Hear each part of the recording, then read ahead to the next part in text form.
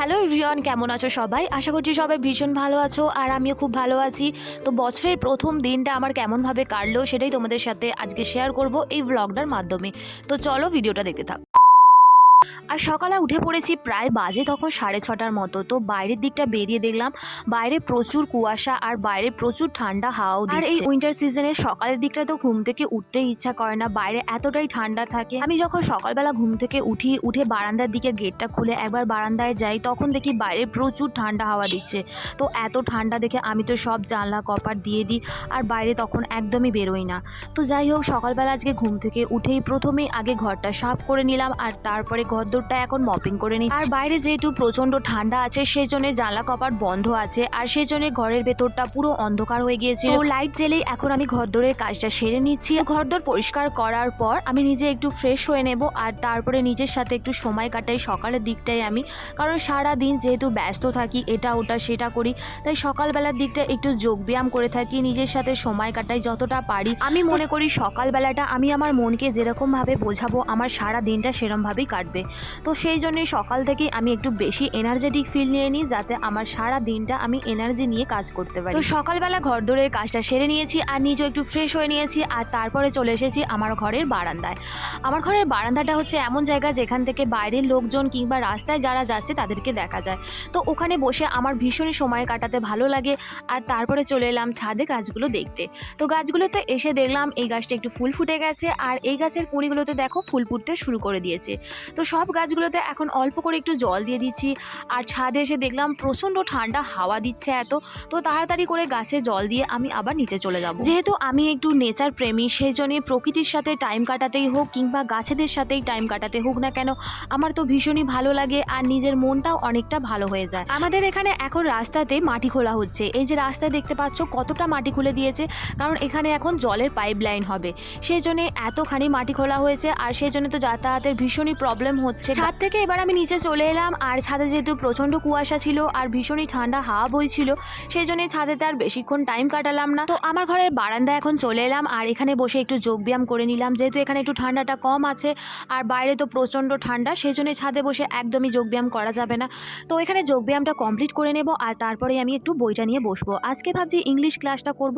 আমি ইউটিউব থেকে একটা ইংলিশ ক্লাস এখন ফলো করছি। আগের দিন রাতেবেলা আমি একটা ক্লাস করে রেখে দিয়েছিলাম, এখনও অনেকগুলো ক্লাস আছে, তো সেইগুলো কমপ্লিট করতে হবে এক এক করে। পড়ার প্রতি যাতে আমার একটু কনসেন্ট্রেশনটা বাড়ে আর মনটা একটু যাতে স্থির হয়, আসলে পড়া যাতে একটু মন বসে, সেই জন্যই যোগব্যায়ামটা করা। আর সকালবেলা যোগব্যায়াম তো আমাদের ভীষণই এফেক্ট দেয় শরীরের প্রতি। আর আজ ছিল 1 জানুয়ারি, আই মিন নিউ ইয়ার, তো সেই জন্যই পুঙ্কুলি এই সকালবেলা চলে এসেছে নিউ ইয়ার উইশ করার জন্য। আর ও এখন জানাল দিয়ে এই যে হাত বাড়িয়ে হ্যান্ডশেক করে নিচ্ছে আমার সাথে। আর তারপরে আমি বললাম যে তোমাদের সকলকে নিউ ইয়ারে উইশ করে দেওয়ার জন্য, তো ও কি বলছে একটু শুনে নাও।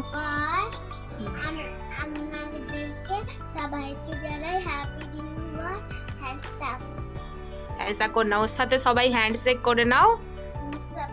হ্যান্ডস আপ, আচ্ছা হ্যান্ডস আপ হচ্ছে এটা। তো আপনাদের সকলকে জানাই হ্যাপি নিউ ইয়ার। তো 2024 সালটা আপনাদের যেন খুব খুব ভালো কাটুক। তো এখানে আমার পড়া কমপ্লিট হয়ে গেছে আর এখানে আমি ইউটিউব দেখে একটা নোট বানিয়ে নিয়েছি খাতাতে।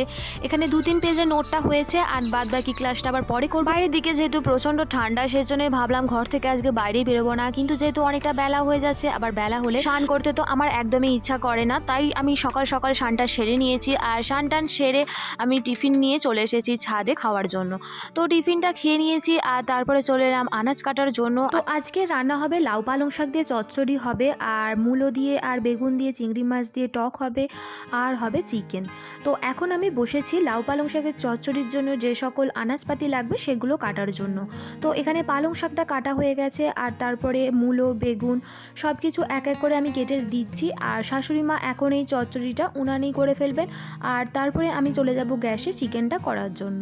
উইন্টার সিজনটা যেমন একদিকে আমার ভালো লাগে, আবার একদিকে ভীষণই খারাপ লাগে। যেমন খারাপ লাগে বলতে গেলে সকালবেলায় ঘুম থেকে ওঠা, ঠান্ডার সময় জোরো সোরো হয়ে বসে থাকা, এগুলো তো ভীষণই অস্বস্তিকর, কিন্তু একদিকে আবার ভালো লাগে কারণ এই সিজনটায় পিকনিক করা যায়, এখানে ওখানে ঘুরতে যাওয়া যায়। এছাড়াও এই সিজনটায় প্রচুর পরিমাণে ভেজিটেবলস পাওয়া যায়, যেগুলো একমাত্র শীতকালেতেই পাওয়া যায়। আমরা যেহেতু বাঙালি, তাই আমাদের তো 12 মাসে 13 পার্বণ লেগেই থাকে।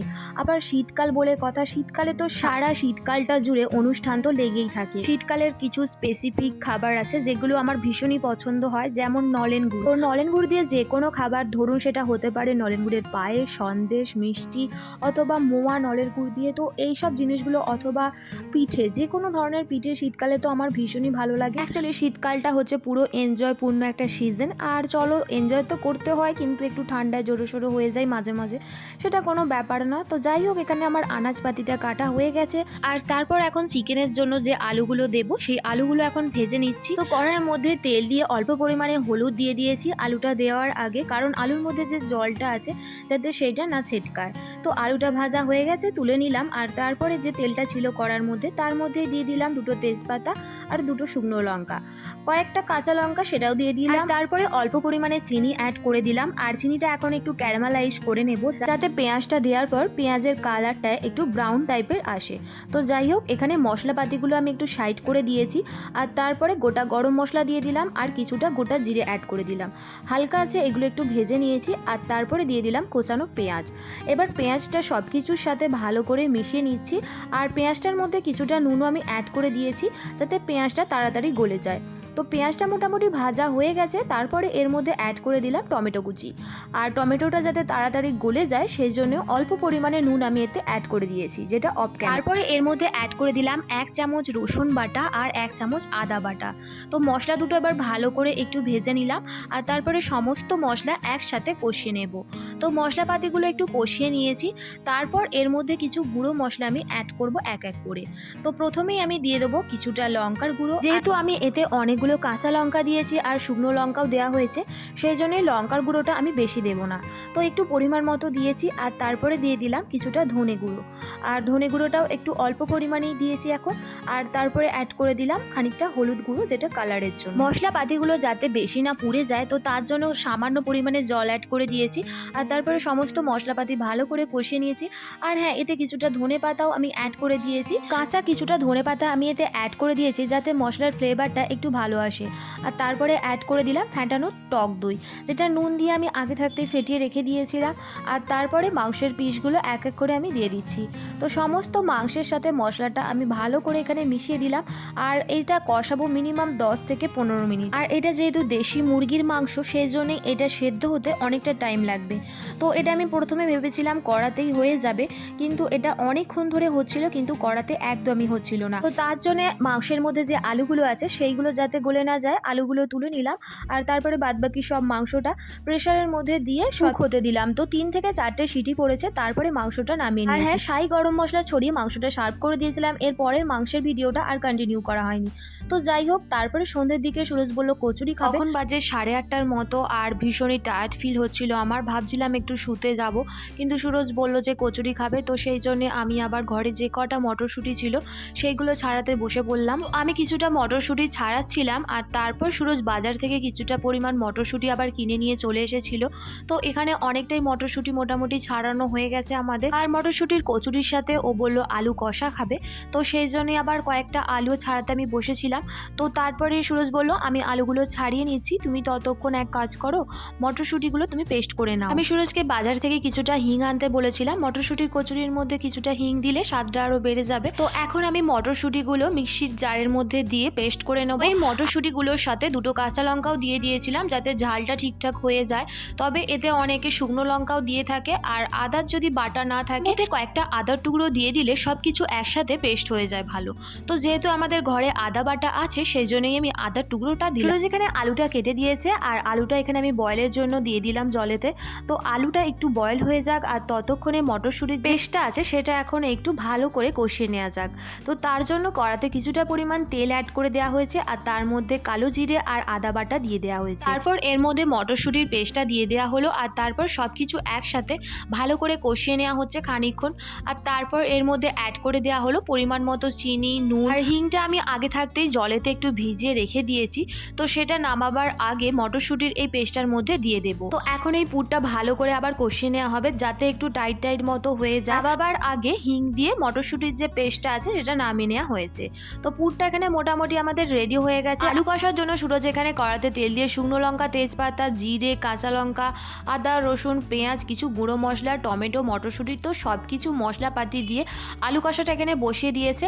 তো আলু কষাটা ওদিকে হচ্ছে, আর ততক্ষণ এখানে যে শাশুড়ি মা এই লেচিগুলোতে পুর ভরে দিচ্ছেন। তো লেচিটার মধ্যে বেশি পুর দিলে হবে না, বেশি পুর দিলে আবার লেচি থেকে পুরটা বেরিয়ে যেতে পারে, তাই পরিমাণ মতো পুর দিয়ে লেচিগুলোতে ভরতে হবে। তো এখানে মোটামুটি অনেকগুলোই ভরা হয়ে গেছে। তারপরে এখানে আমি একটা একটা করে কচুরি ভাজতে শুরু করে দিলাম। তো প্রথমে যেহেতু গ্যাসের ফ্লেমটা একটু জোরালো ছিল, তো প্রথমের দিকে যে কটা ভাজছিলাম সবই পুড়ে যাচ্ছিল বলতে অনেকটাই কালো কালো হয়ে যাচ্ছিল, আর তারপরে দেখতে পাচ্ছ সাদা সাদাই হচ্ছে। তো প্রথমের দিকে তো ফুলছিলই না, তারপর গ্যাসের ফ্লেমটা একটু কমিয়ে দেওয়ার পর সবগুলো মোটামুটি ভালোই ফুলছিল। তো এখানে কচুরিগুলো অনেকগুলোই আমাদের ভাজা কমপ্লিট হয়ে গেছে, আর সুরজ বলল আমাকে দাও, আমি কয়েকটা ভাজি। তারপরে ও কয়েকটা কচুরি ভাজতে আরম্ভ করে দিল। তো কচুরিগুলো খেতে কিন্তু ভীষণই সুস্বাদু হয়েছিল। বাজার চলতে কিছু মটরশুঁটির গুঁড়ো পাওয়া যায়, যেগুলো ইনস্ট্যান্ট এনে ঘরেতে করা যায় যখন ইচ্ছা আমাদের মন চাইবে। তো সেইগুলোতে অত খাটুনি নেই, ওগুলোতে অত মটরশুঁটি পেস্টের অত বালাই নেই, তো সেইগুলো কিন্তু অতটা টেস্ট হবে না। তোমরা যদি ঘরেতে এইভাবে মটরশুঁটি কচুরি বানাও ভীষণই সুস্বাদু খেতে হবে। তো শীতকালে যেহেতু মটরশুঁটিটা অ্যাভেলেবেল আছে প্রচুর পরিমাণে, তোমরা অবশ্যই মটরশুঁটির কচুরি ঘরে বানিয়ে 2024 সালের 1 জানুয়ারি নিউ ইয়ারটা আমাদের এইভাবে কেটে গেল। সারাদিন আমি কি করলাম সব কিছুই ভ্লগের মাধ্যমে আপনাদের সাথে শেয়ার করলাম। তো আজকের মতো ভিডিওটা এই পর্যন্তই। ভালো থাকবেন, সুস্থ থাকবেন, আর সবাইকে ভালো রাখবেন, কারণ আমাদের আশেপাশের লোকজন যদি ভালো থাকে তবে আমরাও ভালো থাকবো। আর আমার ভ্লগটা যদি আপনাদের ভালো লেগে থাকে অবশ্যই চ্যানেলটিকে সাবস্ক্রাইব করে দেবেন আর একটা লাইক দেবেন। তো যাই হোক, আজকের মতো ভিডিওটা এই পর্যন্তই রাখছি। দেখা হচ্ছে নেক্সট ভ্লগে। আর আরও একবার আপনাদের জানাই হ্যাপি নিউ ইয়ার। নতুন বছরটা আপনাদের ভীষণই ভালো কাটুক, আর নতুন স্বপ্ন নিয়ে আবার নতুন বছরটা নতুন করে শুরু করুন।